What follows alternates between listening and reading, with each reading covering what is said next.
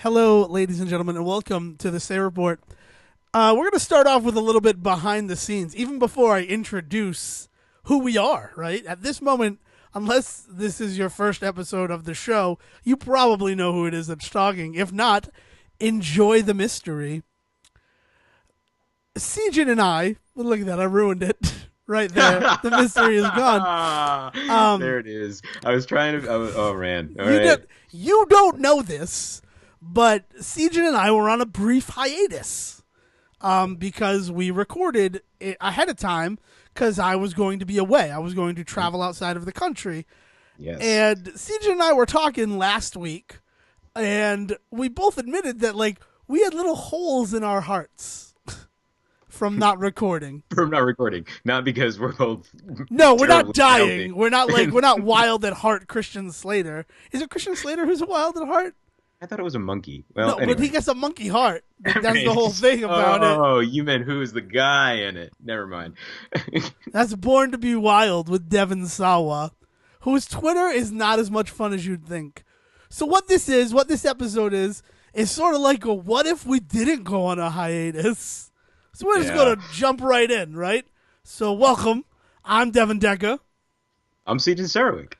and this is the Say Report. The Saber Sport. Hey, see. We did it, kind of. Yeah. All right, man.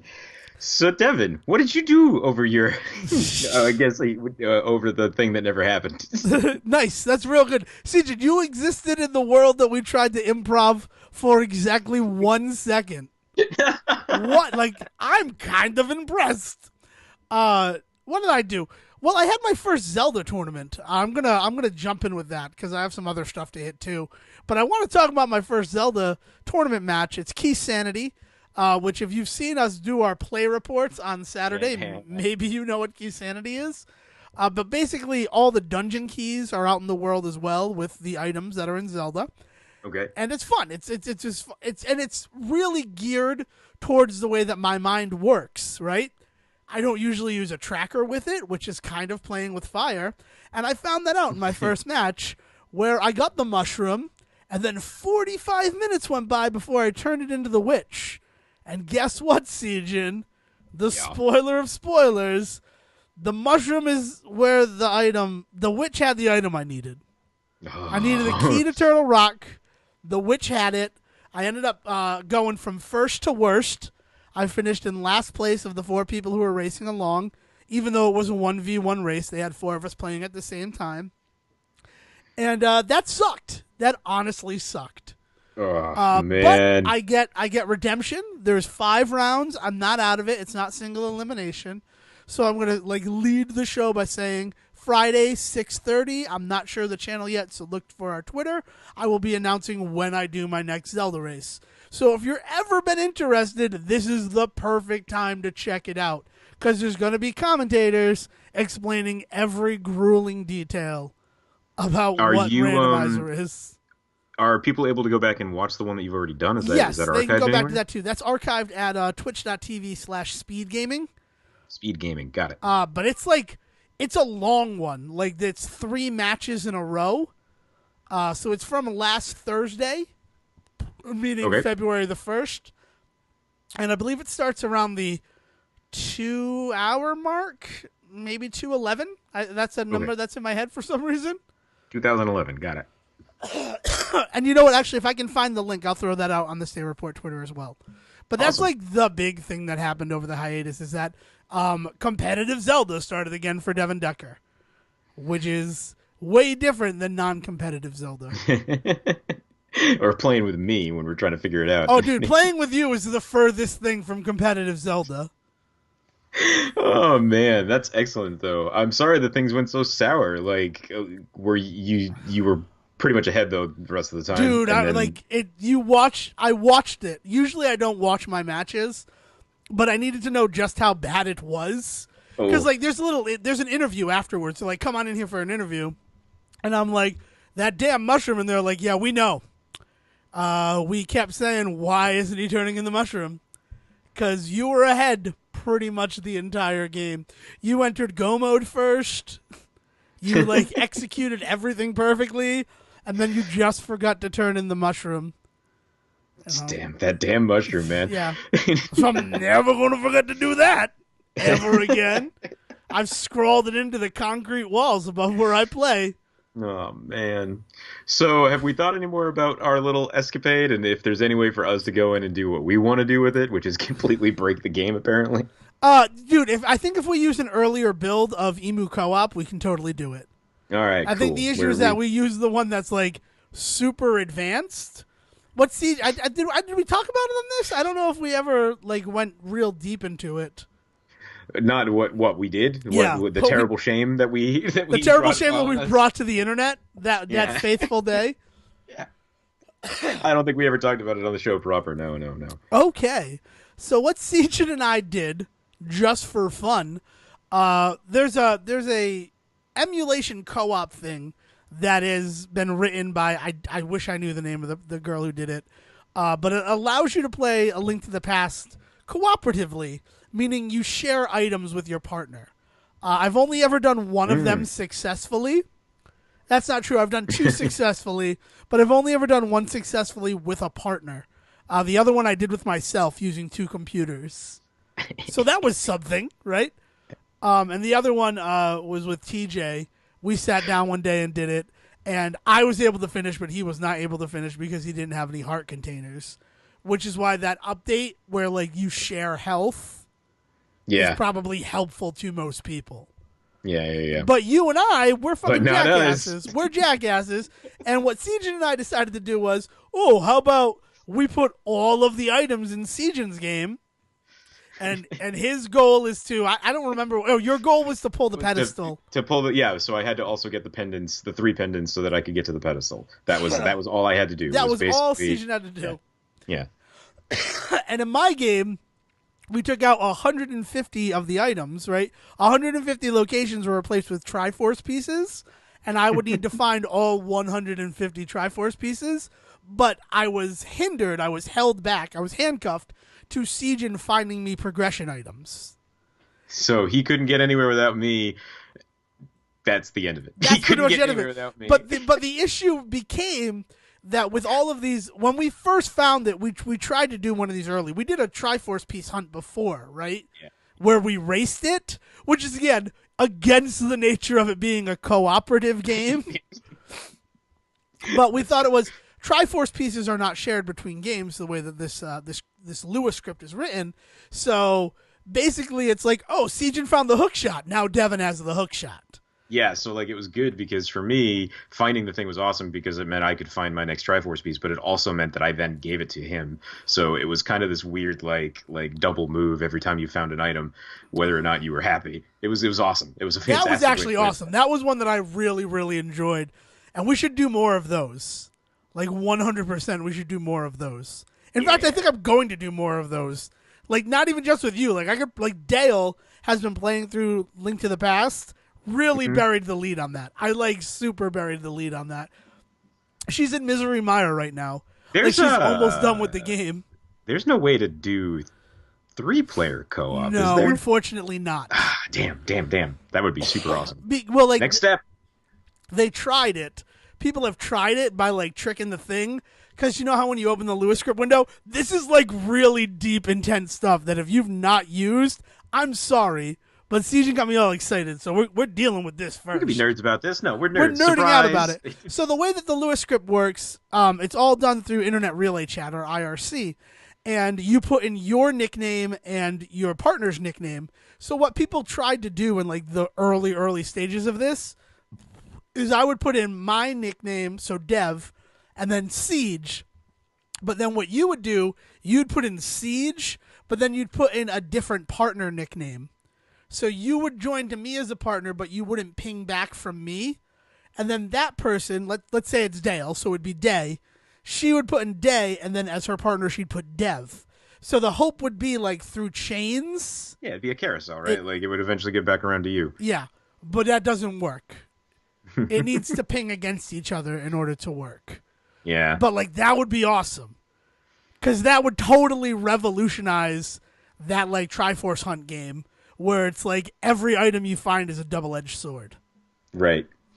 Oh man. Well, we should definitely try and get together and do some more craziness with I it would because love, yeah. I don't want to ruin what happened when we broke this game, Oh, but but we broke the game. we The done game's broke it like, good. what are you trying to do? Yeah, no, the game at some point laughed at us. It was just like, you fools, look at what you've done to me. I think I'm going to give just a little thing away. The craziest part about it is that I still almost got 250 Triforce pieces with the game broken. Like Yeah. with the game, like you, what are you doing to me? I still like got a third of the way there. That was my It was favorite part about everything. it was pretty awesome. Yeah, it was good times. So check that one out on Twitch too. That's on the Say Report channel. Yeah, That's that's at awesome. twitch.tv/The Say Report. And we're gonna be doing more of that stuff, right? I've enjoyed hanging out on Saturdays and streaming. We should do some more of that. Yes, we should talk after this recording. Oh yes, that's probably a good idea. You know, because that's called housekeeping, and you don't generally do that on the episode. In front of the audience. Hey guys, this is how the sausage is made. Um, so while you were getting lost in your video games, I was getting sucked into a new world, Devin, a new world that I don't understand, that I don't think has rules, and I think it's okay. Devin, I want to see zombies. Oh, dude, I want to see zombies too, but probably for a very different reason than you. I'm just okay. So, this past weekend, the reason that I did not get back to you at all about your competition this weekend, and I'm gonna have to go back and watch the tapes on this one, is because I actually had gone away for my anniversary this weekend. I was gone. I was off in Ann Arbor, Michigan, ignoring everything from Thursday night on. That's pretty much what Ann Arbor's for. Just Yeah. like if you want to get away from the world, Ann Arbor, It's Michigan. Ann Arbor, Michigan, man, and it's one of the safest places on earth because it's a bunch of just rich hippies. That's all it is. Oh man, it's yeah. So I'm off, right, and we get this really nice hotel room and everything, and the first thing I do is I try and find what channel, like what kids channels do I not get to watch that often? Cartoon Network, Nickelodeon, Disney, because I don't have cable at home, right? So I'm like, what's playing? What's going on? And so He's on his fall- anniversary, and the first thing he does is, what cartoons can I watch now that we have cable in our hotel room? on this really awesome 54-inch TV at the end of the king size bed, like Holy you know, shit, 54-inch TV. yeah, it was amazing. It was kind of Where awesome. did you stay? It was a Hyatt. It was Oh. phenomenal. Yeah. Oh, you mean a Hiatus? That's how Dale said it once, and I've never called it anything different. Oh my God, Hayati. Hiatus. Oh man. So Disney is where I settle, right? Like I go through everything, and then it's obviously the best choice. There's all sorts of dumb stuff playing for the night, and my hope is at some point DuckTales might come on, right? Like so, definitely gonna No, just leave it. DuckTales is Disney XD exclusive. I know. And that's what I learned when all I got was just 1,000 episodes of just Disney of Mickey Mouse's Playhouse or whatever it is. So between all the Mickey Mouse's Playhouses, though, they keep showing previews for their new Disney Channel original movie, Zombies. Devin, have like what? So I would like to tell you how I know what zombies is.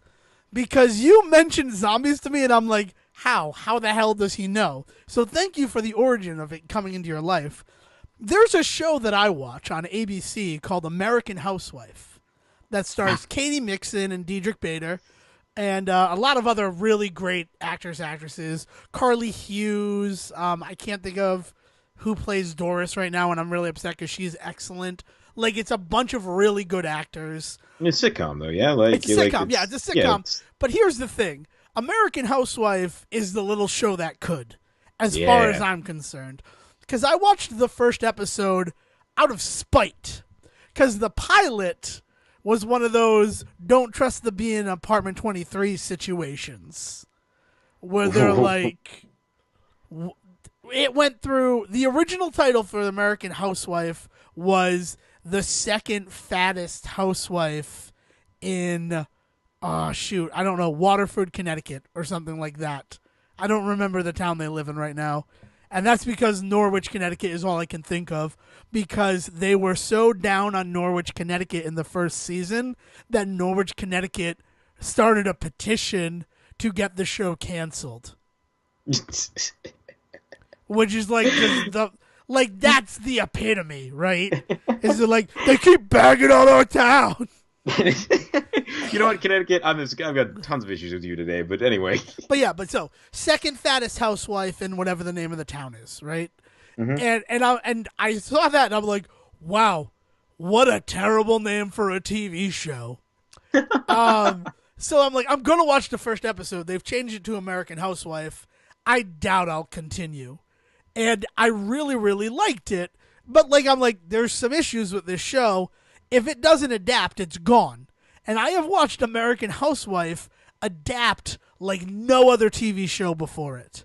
Cool. I can't think of any modern sitcom that is like, this doesn't work. Bye-bye, character. This doesn't work. Let's just forget about that storyline. It's awesome. It is amazing. And I love the show. I absolutely love the show. My only problem with this show is in the marketing. She holds a mug that says world's second best mom, and Katie would never settle for a mug that says that. Ever. Yeah. And I feel like it is a remnant of the second fattest housewife. Yeah. Just in the marketing that they didn't get rid of. Yeah, and I mean, like that's kind of the downfall of a lot of that sort of stuff, man. Is marketing, right? Yeah, we talk about marketing all the time. In fact, we're going to talk about marketing a little bit later. I hope that with that tease, you know what I'm talking about.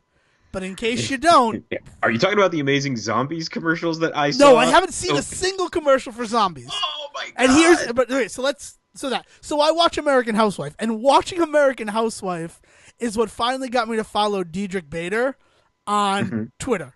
Like, I'm not going to finish this guy. I'm not going to follow this guy because he's awesome. And, like, so many people wished him happy birthday. It, like, warmed my heart that the world is not a terrible friggin' place because people are wishing Diedrich Bader happy birthday. Hey, man, I was going to say, anything that gives Diedrich Bader work, I'm happy, you know? Like Balls of Fury or I'm down for it. I love him in Balls of Fury. I'm going back for the panda. Panda's dead. Panda's dead. Oh, Panda's dead. Oh, so good. Yeah, he's excellent. He's an excellent actor. And voice, screen, like, he's great.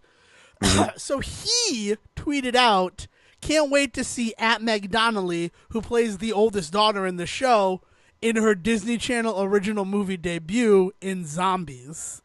And I'm like, oh, wow, Meg Donnelly, I like her. I'm excited to watch this thing. And then, out of nowhere, right, like, I see that tweet, and that's it. Sejin sends me a message, like, dude, Disney fucking Zombies. We gotta talk. We need to talk about Disney Zombies on air. That needs to happen.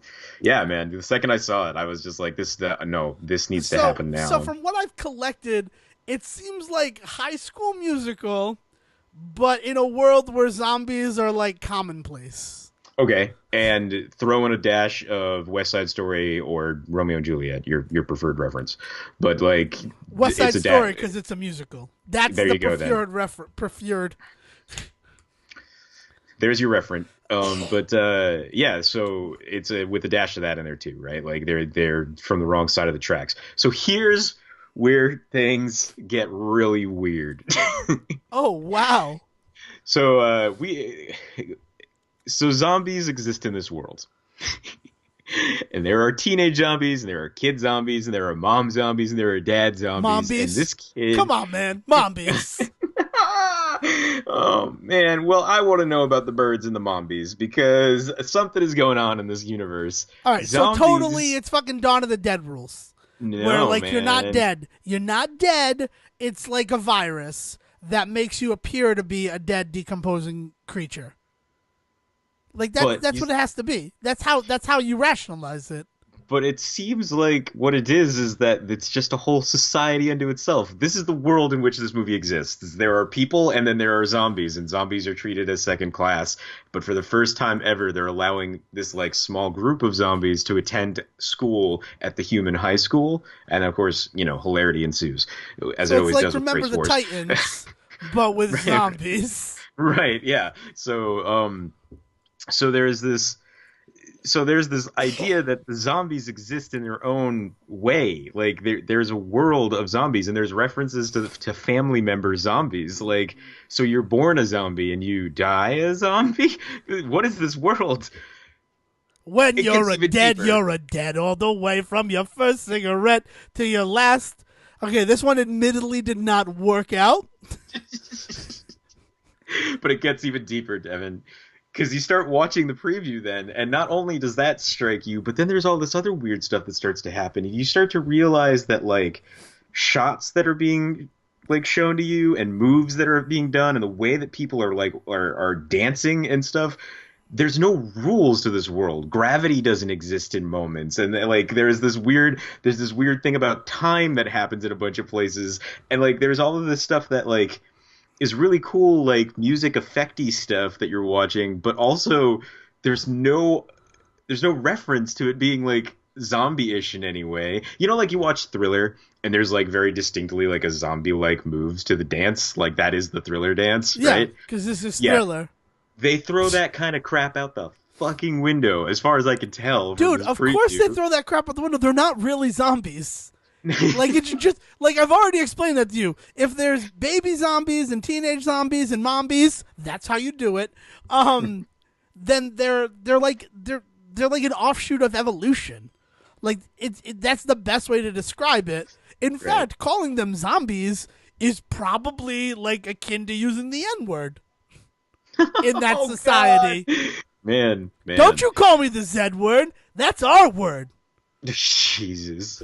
Oh man, but like I guess part of it was just the astonishment at the that they were just throwing all of that stuff out the window. And at first I was like, "Oh, they're just throwing zombie lore out the window." And then I was like, "Oh no, they're just throwing everything out the window. Like fuck rules about like time and space and gravity and oh my God. Some of the dance moves look amazing, but I'm just like, are they ghosts too?" I'm gonna stop you. I'm gonna let you finish, but I'm gonna stop you right here.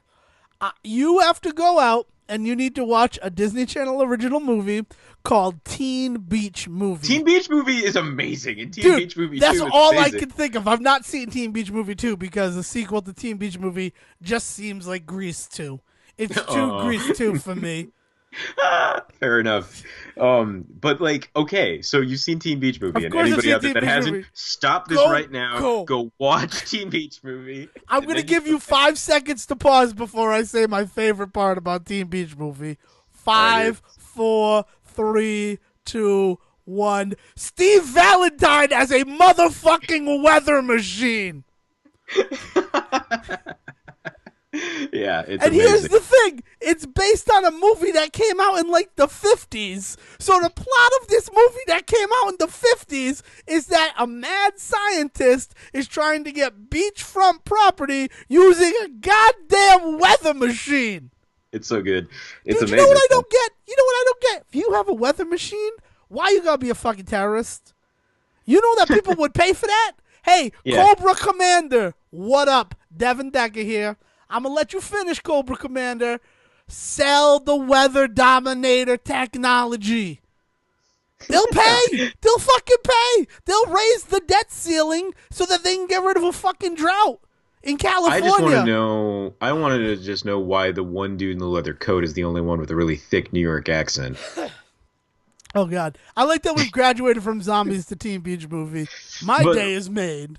Yeah, I mean, like, it's just this really interesting, like, thing that they're just completely just going off the edge now, right? Because High School Musical was like, all right, it's a musical of their kids in high school. Then Teen Beach Movie is like, okay, it's a musical of their kids in high school, and they get sucked into a movie. That's a little goofy. Now they're just like, no, fuck reality. Like, we're just gonna just do whatever the fuck we want now. It's zombies, despite the fact that they're not really zombies, and they're just like music video after music video, and I am almost impressed with their ability to just say, meh, at this point. Disney's just like, you'll eat it up. Like, whatever else we could just crap out. It's kind of, like, astonishing that we've gotten to this point where they're just like, I don't know, this now?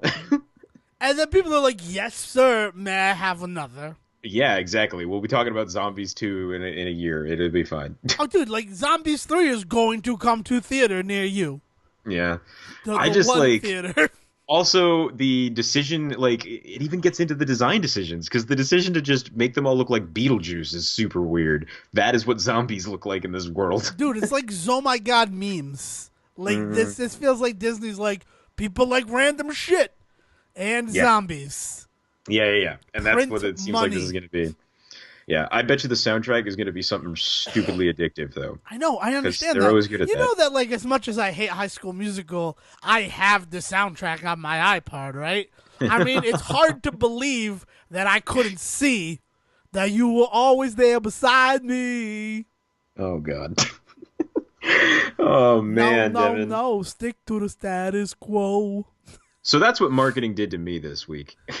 Okay, well, I would really like to talk about what marketing did to me this week, but I'd also like to talk about something from the past. So, Sejin, welcome to the Choose Your Own Adventure portion of this week's episode of the Say Report. If you'd Oh, like man. me to talk about something from the past, turn to page 79. If you'd like me to talk about how marketing screwed me over last night, turn to page 94. I used to just go and read all of the endings and then pick which one I wanted. Yeah, me too. I used to read them like start to finish, like a regular book. This book is confusing. Man, I understand Pulp Fiction way better now. So 79. Go with 79. Okay. In 2004, the world decided we need more Nicole Kidman. And that is why we got a remake of the Stepford Wives. Oh man. Matthew Broderick, right? Matthew Broderick, I think I saw Christopher that a couple of Walken, times. Yes, Bette Walken's Midler, yeah. the Roger Bart, Oh my God, really? Faith Hill. This is all from memory. I'm very impressed with the people I've just pulled from my mind. Mike White is in this That was a good movie. one. Frank Oz directed it. That makes sense. I was actually just thinking about the Frank Oz classic Bowfinger. Myself, it was actually something I was looking at. Frank Oz. We should talk about him more We should talk. sometime. Yeah, I would be all right doing an entire special episode dedicated to Frank Oz. I'm going to be There you go. honest with you. There you go. But, so Stepford Wives is an interesting film. I worked at Blockbuster when it came out. And everybody watched it at my Blockbuster except for me. Because I'm like, nope, no, not going to do it. Just no. I'm not going to do it. I'm sorry. This makes no sense to me. And the reason Like, why is okay. not a crazy reason. Like even in his review, Leonard Maltin says the term Stepford wife has become part of vocabulary. So there's no tension at all to doing this movie. Why would you remake it? He's not wrong. But Okay. I got into a real Nicole Kidman kick during our hiatus that didn't happen. See, I fucked up too, buddy. I watched Paddington, as you know, to get ready for Very Paddington 2. nice. Very and nice. that made me want to watch more Nicole Kidman. So I watched Practical Magic for the first time ever. That movie's got some problematic stuff in it. Yeah. But you know, I just love that Sandra Bullock is top billed. Yeah. Like that right there is like, thank you. That something right happened today. So then I'm like, Stepford Wives. Oh, I have no desire to watch that, but it's Nicole Kidman. So I sat down, I plunked it down, and I watched it. Now here's my question for you. Before we do any other discussion about the Stepford Wives 2004 remake, and spoilers are about to happen. So if you haven't seen it and you want to, I guess stop listening for a little bit, because I'm about to drop a train on you.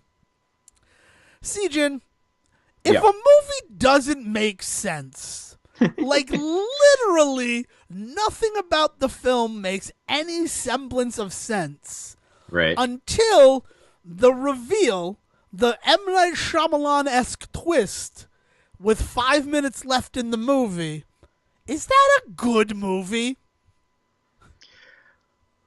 Um,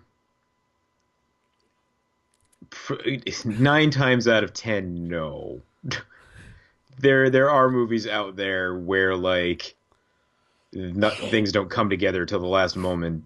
But I mean, I how do you mean that? Because like you could say All right, Sixth it's a limit. Sense is that way. Yeah, but I think Sixth Sense is a good movie. Like I'm engaged by Right. the Sixth Sense. Right. That's what I'm saying. Is like I think there's a way for a film to be engaging even though you may not know what's going on. Okay, There's definitely ways so for let me. I for have some bullet points that I'd like to address in the Stepford Wives remake. First Okay. of all, I'm gonna do a compliment sandwich, and I'm gonna Man, start I with can't something good. I'm gonna start with yeah, I something can't believe you good. can find that much bread. Let's do it. All Okay. right, here's the deal. The one good thing about the Stepford Wives remake is that Roger Bart is in a homosexual relationship, and his partner like Stepfords him. The fact that there's a Stepford husband is awesome. Like that really was like a moment for me that I'm like, okay, I'm glad you went there. This is the Okay. kind of shit you have to do if you're remaking the Stepford Wives Okay. for 2004. Mm-hmm. Now it's going to be a lot of bad right now. It's going to be a lot of meat. That is bad stuff about this movie. I don't know if the Stepford Wives are robots or if they're women who have been brainwashed.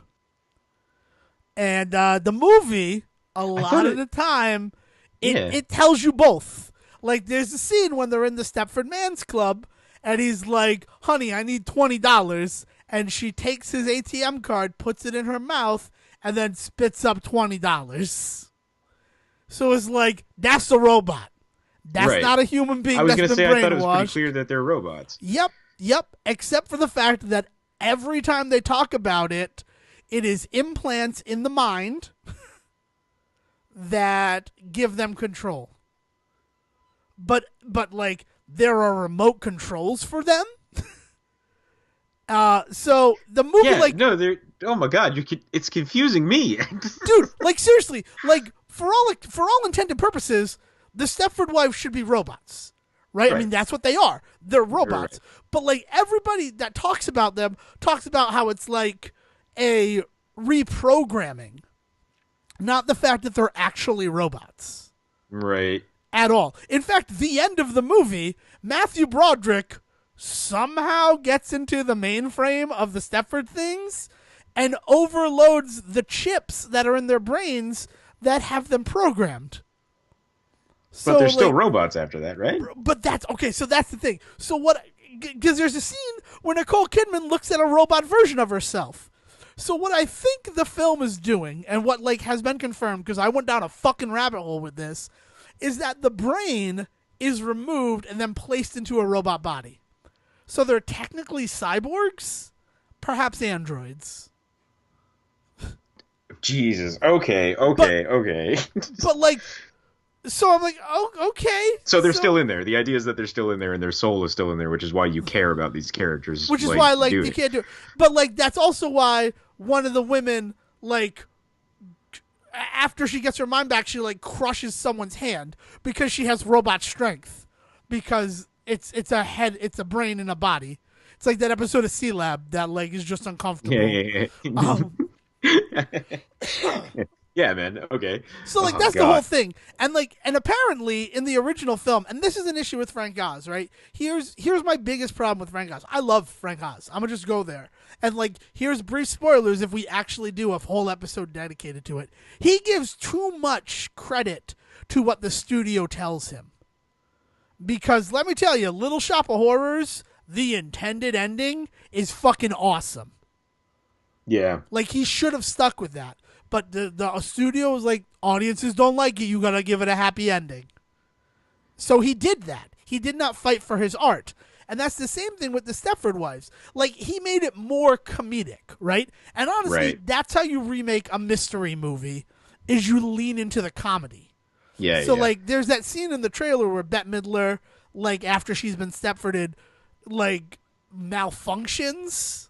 Right. So like that's clearly, oh, she's clearly a robot. Hmm. And then you have the reveal later on that they're brains in robot bodies. And then like in the final scene, like they were going to do like Inspector Gadget jokes, like where a woman used extendo arms to lift up her husband and threatened to drop him. So it's like, yeah, that would have made the movie a little bit better, because like I would have completely understood that they're human brains and robot bodies. Right. Like, it wouldn't be this weird question that I still have. Like they show you a fucking commercial. They show you a 15-minute infomercial that explains that they reprogram the brains, and then they do, like, using plastic surgery, they give them a makeover so that they're ideal. Right? Like, it's great. Like, yeah, of course in the marketing you're not going to say we turn your wife into a fucking robot, but, like, they're real intimate about the fact that, like, their brains are still there. We just put nanochips into that. And then that's the end of the movie, is they overload those nanochips so that the women can have their freedom back. Like oh man, so the story doesn't know where it wants to go. It doesn't know what it wants to do. But even then, like, that's the banana pansiest of it, right? But also, why would the Stepford robot wife things in this movie do anything out in the world? Like, I understand them going out to, like, shop, right? But they go and they do aerobics, and they do, like, they socialize with each other, and it's like, who the fuck is that for? That doesn't make any fucking sense. Yeah, if they're robots, what is this song and dance about? Yeah. Also, I don't understand, like, it's like, for another thing that doesn't make sense about this movie is all the dudes are, like, super schlubs. Like, it's the schlubbiest dudes in the world. That's the joke half the time, right? Well, that's like half the joke, but it's like, so these women, right? Oh, they're high-powered women, but then they also chose you as their husbands. Before they ever got turned into fucking robots by you. Like, John Lovitz, that one doesn't make any sense either. Bette Midler is the breadwinner in their family. She is an author. She writes, like, crazy Virginia Woolf style shit. Right? Like, she's like this crazy feminist writer. Right. And then John Lovitz is like, yeah, we're going to completely override her brain. So where's your money coming from, John Lovitz? John Lovitz is in the movie, too. I forgot about that. So it doesn't make any sense. But then, in the last 5 minutes of the movie, right, Nicole Kidman is pretending that she's a robot so Matthew Broderick can break into the mainframe and overload the nanochips. They're microchips. I don't know why I keep calling them nanochips. But so he can do that, and the women can be freed. And then Nicole Kidman hits Christopher Walken in the head, and his head comes off, revealing that he's a Stepford husband. So I'm okay with that, because it's been established that men can be made them as well, with Roger Bart, right? So, like, there's some semblance of we know how to tell a fucking story. Right?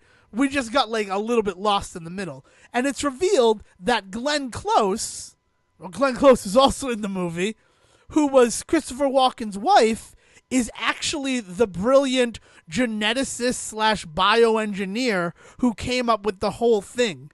And her goal, her desire, her fucking Cobra, like, commander plot is to bring the world back to a simpler time. Now, until that's revealed, it doesn't make any sense that these robots would go out and do things. Why you wouldn't keep them in the fucking closet. Yeah. Now suddenly you understand why they're out doing it. It makes sense, and I'm like, I don't give a fuck, right? Like, you gave me no indication. What it sounds like is that they held on to the secret too long, and that's a total danger in movies like that, right? Like, and you know what that comes from? Is that comes from it wanting to be more of a horror movie than a mystery movie. And that's unfortunate, because in a scary movie, that's always the thing that happens, right? Is like you're wondering who the killer is the whole time, and it isn't until the last 10 minutes that you finally realize who it is. And that's what it is the reveal that she's the killer, not the explanation for why she did what she did, but like the reveal that it was her the whole time. And that's not what the rest of the movie seems to be building towards. Like, the rest of the movie seems to be much more about like the goofiness of like them and what's going on with the women, not about like who is doing this to them. You, like, as far as you know, the entire time it's Christopher Walken. There's no question. There's no reason to question that Christopher Walken's not real, right? Right, exactly. Right. It's so like it's an unearned twist is what it turns into, and it's a twist that it's not a twist that suits the story you were reading, essentially. Yeah, it's not well structured. It makes no sense. It just comes like, oh, okay, like, I guess that's fine. Yeah. But you know what other problems I have with this movie? So she, like, it starts off as like, we're gonna tear down reality TV, because that was a big thing to do in 2004. Right. So Nicole Kidman's character works at a television studio and is pitching all this reality TV. And she basically pitches that show where people go to cheat on their spouses, Temptation Island. She Yeah. basically pitches Temptation Island, and the man decides to stay with his wife, right? He's like, I never cheated on you. And then his wife's like, well, I slept with fucking everybody. Peace out. So then that guy, played by Mike White, comes in and shoots at Nicole Kidman. And she lives, but then she gets fired because the network is liable. That's I weird. can't think of any world where if someone got shot at, they would get fired. Yeah, yeah, that seems weird. I think you would blame security at that point for letting that guy in the building if you were going to blame anybody. But honestly, at the end of the day, the guy Plus, is the I guy. imagine that there's got to be like fucking a contract, right? Like there Right. has to be a contract where this guy signed the contract. He knew what he was getting into. We're protected legally.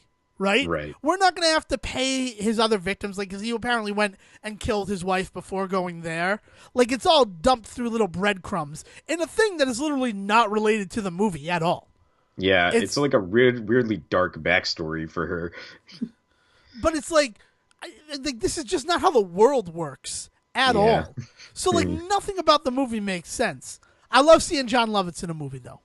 There's our other piece of compliment bread. I was so excited to see John Lovitz. As excited as I am to see Matthew Broderick, I feel like you don't see John Lovitz at all. And I'm a huge fan of John Lovitz. Yeah, I'm not sure. I mean, I know that he's a little on the crazy side sometimes with some of his like politics, but like I don't know other than that what keeps him out of anything. Unless that's it, you know. Maybe it's the Chevy Chase thing. Maybe he's just like such a pain in the ass to work with because of things.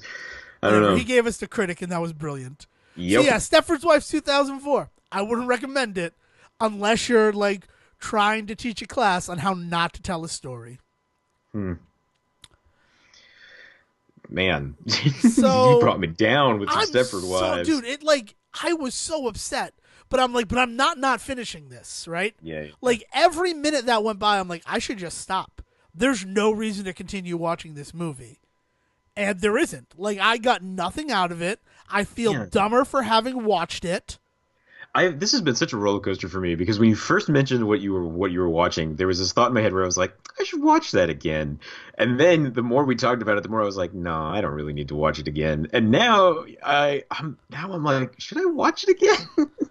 You know what? Honestly, I don't want to say you should, but if you watched it again, I would be very interested in your takeaway from it now, because I also think that one of the like problematic things about the movie is the time that we now live in. Yeah. Like a movie like that is a comedy in 2004. It's like a real horror story in 2018. Well, right. I mean, like it's almost like Jordan Peele, you know, beat for beat with the Stepford Wives with a lot of what he didn't get out, right? Like, I mean, I don't even think he'd, you know, lie about that. No, it's different. It's a lot. There's a lot of differences. No, but that like sensibility, right? And that like that vague storyline, like totally had to be an influence somewhere along the line. The idea of going into a town and the people being changed from the inside. I mean, that's the most Stepford thing ever. That's kind of true. I don't know. Get Out was another one of those where it's like the science doesn't really make sense to me. Mm-hmm.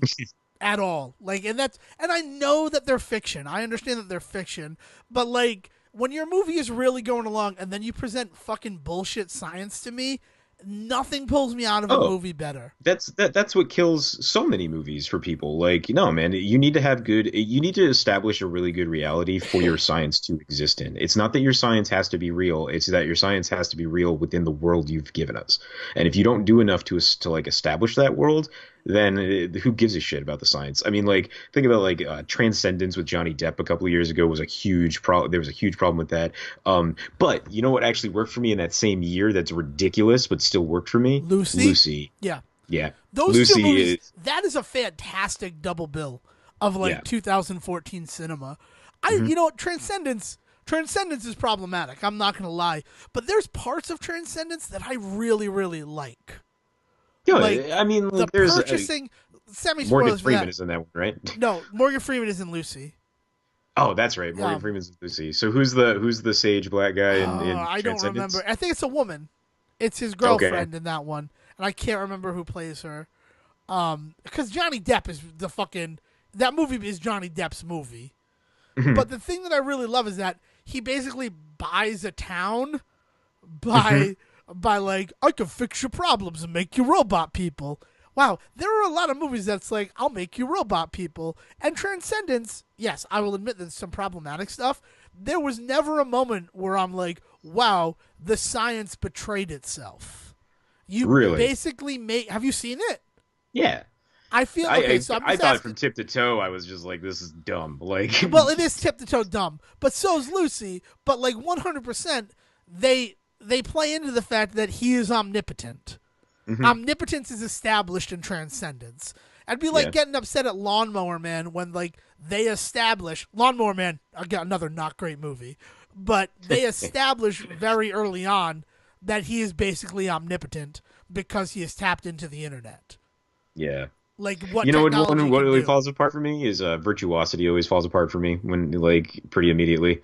There's too many questions about the technology that Russell Crowe like comes out of. Johnny fucking Mnemonic Johnny falls Mnemonic's apart so for me. good. Johnny Mnemonic is great, but the fact that they're like, yeah, you could hold 2 gigabytes in your head, and it's like dumb, dumb, and it's not even that. Well, that's a It's, product of its time, though, I right? know, I know. Like 2 gigabytes then was the fucking world, man. The 94 for that one, right? Yeah, maybe 95. No, Virtuosity is 95, so Johnny Mnemonic is 94. Yes, you're right, but also you're making this shit up, right? Yeah, yeah. So you know that 2 gigabytes is the world. Say 200 gigabytes. Yeah, why stop at two? Yeah, Like what? like Yeah. make it as big as possible. You're building the world. Like that's the thing that I feel like a lot of people when it comes to science fiction, they fail to grasp is that like none of this is fucking real, right? Right. So like just establish what you've established in the world and play off of it and make it make sense. A lot of the times, one line of fucking dialogue will make even the craziest of crazy things like make sense. Right. Yeah, man. And then and that's the problem with something like a Stepford Wives is like it just doesn't build a world in which that science works. Right, but also it's so wishy-washy on what the science is. Right. Like it never establishes definitively what the science is. The thing that it does do nice is that it establishes, yes, she has built male versions of this, with the Roger Bart becoming one. So Christopher Walken, I'm like, I friggin' knew it. Like that was not surprising. What was surprising was that she did it. Him making himself like a robot body, the way that they sort of did that, I was completely fine with. But then Glenn Close being like, I'm the mastermind, and I'm like, why? Yeah. Why? Like what motivation have you been given up to this point? You're just like a fucking Saturday morning cartoon villain. Yeah, it's also really weird because if you're trying to look at it from a story of like women empowerment and like these women being taken over and then realizing that like they can take their power back to then turn around and make the villain an evil woman is just kind of undercuts the whole thing. Like just have it be an old white dude, right? Like just have that be the villain of your weirdly like vaguely feminist storyline. You're right. It like completely changes the message of the movie too. hmm So it's like, so women are bad? Right, right. Yeah. Right? Because like Yeah, the other man. thing about that movie is that like women wanting jobs and trying to be independent is fucking bad. Right. Which, if you establish at the end that they fight back against that, and you learn that that's not the case, like that's a good hooray. But that's not what happens when you turn around and make the villain of the movie this evil woman that's like been trying to do it to the other women. It's a totally different story. Yeah. Yeah. Good times. Good times talking about the Stepford Wives. Stepford Wives, man. All right. Well, there you go. Go see zombies. Go see Stepford Wives, maybe? Maybe not. But go play some Zelda. How about that? Go play Zelda. Oh, Zelda is something I could always advocate. I'd like to jump to page 94 if you'll allow me. This Okay. one's going to be quick. And this is going to be a perfect thing to end this on. The Super... Sorry. Couldn't even do Choked it. on a Couldn't even do toenail. it. The Super Bowl happened last night. Couldn't even talk about it. Oh, that's not even what it is. Like, I don't care that the Super Bowl happened last night. It was an amazing game of football. And even though the outcome was not the outcome that I wanted, I was thoroughly entertained for the 4-hour spectacle. Nice. Justin Timberlake could have been better, but I played Zelda during that, so whatever. But here's what happened last night. And it's going to tickle you in a way that I'm excited about. Because I was thinking about it this morning, and I'm like, Sejan's going to have something to say about this. I have been hearing rumors of a new Cloverfield movie for months. Months and months and months that a Cloverfield movie was coming out. And yet I saw no indication of this. Right? But, like, the movie theater had as a release date a new Cloverfield, right? Untitled Cloverfield Project, February. Hello? I'm in. I'm listening. I'm just making sure. Yeah, I can't see you. So, like, you have that childlike wonderment on your face that I know. I can feel it. No, but the thing is, like, I'm really interested to hear where this is going to go because I think we have talked about how invested you and I weirdly are in this. Well, no, 10 Cloverfield Lane burned me to death. 10 Cloverfield Lane, any goodwill I had towards that series is gone. But you were still intrigued by this, no? But I was intrigued by the fact that, like, nothing. Like, there was no information about a movie that was supposedly coming out, right? Is it a weird remnant? What is it? So last night during the Super Bowl, it's revealed that the Cloverfield Paradox is available now, only on Netflix streaming. Did you not know this? Did you not know about this? Okay. Yeah, no, I didn't know because you're acting so nonplussed. I have heard some things about it. I'm curious to see where you're going. That's all. Where I'm going is all we talk about when it comes to Netflix is their lack of marketing, their anti-marketing, right? Yeah. They spent $5 million to promote Cloverfield Paradox. And let me tell you something, Sejan. If I had not tried to watch an episode of Family Guy on my Netflix app last night, I would have had no idea that it was available now. Because that thing is just like streaming on Netflix. But it doesn't say available now. It just says streaming on Netflix. So I'm like, oh, it's straight to Netflix. That fucking explains why I've heard everything, but I haven't seen anything. Because Netflix is super cagey about it. And then you jumped on. And then I jumped on to, like, see if... Because the Family Guy that was on Cartoon Network last night was, like, Tall Tales. Like, it was Huckleberry Finn of Mice and Men. And I missed the first one. So I'm like, oh, I'd like to go and watch the first one. No. With Family Guy leaving on the 14th of February, only 8 seasons are available on Netflix. Oh, man. So I taped it. So no spoilers for that. But then I go to log in to check it. And it's like, Cloverfield Paradox, available now. And I click on it, and Sejan, let me tell you something. I thought it was just a trailer that was available. I had no idea that I could watch this movie if I had the desire to watch this movie. Which, as I've established before, I do not. Yeah, apparently there's some people out there that would agree with you at this point. Well, I'll have to give it a watch so that we can actually talk about it. But I'm thoroughly intrigued myself. And here's the thing: is I hadn't even heard rumors, man. I heard nothing. It wasn't until I woke up this morning and everybody online was just like, Netflix drops this crazy movie instantly, and I was like, what the hell is going on? And I saw the name Cloverfield Paradox, and instantly I was like, oh, that makes sense. Like, everything about it made sense. Between the idea that Netflix would just instantly put a movie up to surprise everybody, to the idea that it was a Cloverfield project, so obviously it was like shrouded in secrecy until we like heard about it. Like, honestly, 10 Cloverfield Lane, I was caught off guard even by that. Yeah, and the thing is, I saw like previews for that. So like, even I knew that movie was coming out a month or two before it did. I just was kind of caught off guard because I hadn't even heard it had been made. Right? This just complete darkness. But we've talked about that before. Like you said, like, man, like Netflix don't give a fuck. Right. But the thing that was crazy about it to me is that they would spend $5 million to promote this. And it worked. Like, that's the crazy thing. Yeah, but if you have to think about it, like they're not the only ones behind this particular project. That's also J.J. Abrams' company still behind this stuff. Yeah, it's true, right? So, like, they're $5 not million, 100%.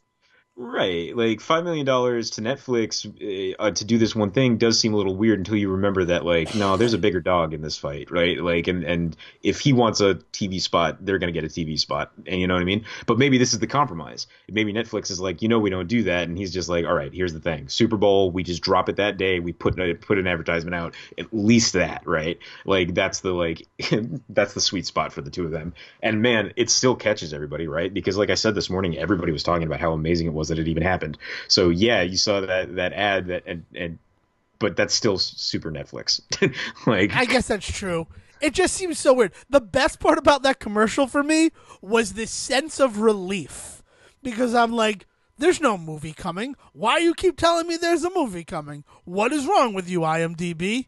And then that happens, and I'm like, everything makes sense in the world now. I guess that's an example of the reveal 10 minutes before the end of the movie and it not ruining the film. there you go, I man. can't believe I tied it together. I'm going to be completely fucking honest with you. That impressed me. I thought you might talk about how the last 10 minutes of Cloverfield Lane are what ruined that movie, but anyway. Oh, well, dude.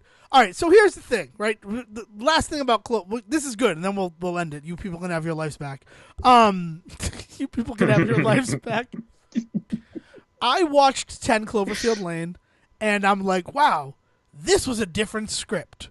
This was 100% a different script that they tacked Cloverfield into, right? Oh yeah, No yeah. doubt in my mind about that. So a friend of mine, Emilio, it's the first time I think I've said Emilio's name on the show. Hi, Yo, Emilio. Emilio! Emilio! He hates that. I'm going to just be honest with you. Nice. It's like when you meet a guy named Willis, and you go, what you talking about, Webster? What you talking about, Webster? And he's like, and I'm like, dude, like, why would I be excited about the Cloverfield Paradox? Honestly, any goodwill that had was gone with 10 Cloverfield Lane because it was just squandering a better movie. And then he points out that it may have been a rumor that it was another movie script before that got modified. That might be some big rumor in order to alleviate people's fears. Where do you fall on that? Basically bullshit, as far as I'm concerned. No, I thought it was pretty well established that it was very much a different movie, and that Abrams came in and was like, "Hey, I want to do this kind of anthology style thing. Do you mind if we work this into my anthology thing?" And I thought that was pretty well established that was the narrative. But I mean, like, I don't have any sources for that right now, you know. Right. So I mean, like, my only source was, and I don't usually do this because going on IMDb immediately following the Phantom Thread really ruined Phantom Thread for me. I'm not gonna lie. But we'll talk about that in a couple of weeks. But I went immediately on IMDb to be like, I need to see if this was like on the blacklist as the cellar or the basement or the bunker. and the only way it could get like made is if they made it a Cloverfield thing or something. Yeah. Yeah. And I immediately I found proof of that, and I'm like, yeah, that makes perfect sense. Yeah. Because the second you put Cloverfield in there, I know there's going to be a fucking monster. And it pulls away from the fact that I'm supposed to be questioning John Goodman's intent. Yeah. And right. that's what that movie should be, is me questioning the intent of John Goodman the entire time. But when you put Cloverfield in there, so there are monsters though, right? I mean, the best thing that Cloverfield Lane could have done is no fucking monster. Yeah. That would have been like awesome. We can definitely talk about it more in depth because I've got some definite feelings about that movie. And this is not the time for it. No. What I should do is watch Cloverfield Paradox first, and then we can really get into it. Cool. I'm not going to watch Cloverfield Paradox. That's fine. I'll take it as my own homework assignment. All right, cool. Do you want to give me a homework assignment in lieu of that? Yeah. Do your multiplication tables. Make sure you do that. All right, cool. Done. Oh, man. All right, so I think that's it for the week. I think this is pretty good. This has been What If, Hiatus, and Elseworlds story. We didn't even talk about Elseworlds. We didn't after all that. We after didn't even talk all about of that, so that's a nice little teaser for next week. Sejan's got something to say about Elseworlds. But until then, if you'd like to yell at me about my opinions regarding the 2004 remake of The Stepford Wives, I can be reached on Twitter at Devin D. Decker. And you can find me at Siege versus the World. And watch me on Friday at 6:30 play Zelda. And until then, let's throw it down under for some Willy B. Thank you for listening to the Say Report with your host Devin Decker and Stephen Serwick. Please follow the guys on Twitter and Facebook by searching for The Say Report, and you can always subscribe on your podcast channel so this is delivered straight to you and you can enjoy it every week. With apologies to your mother, we'll see you next time.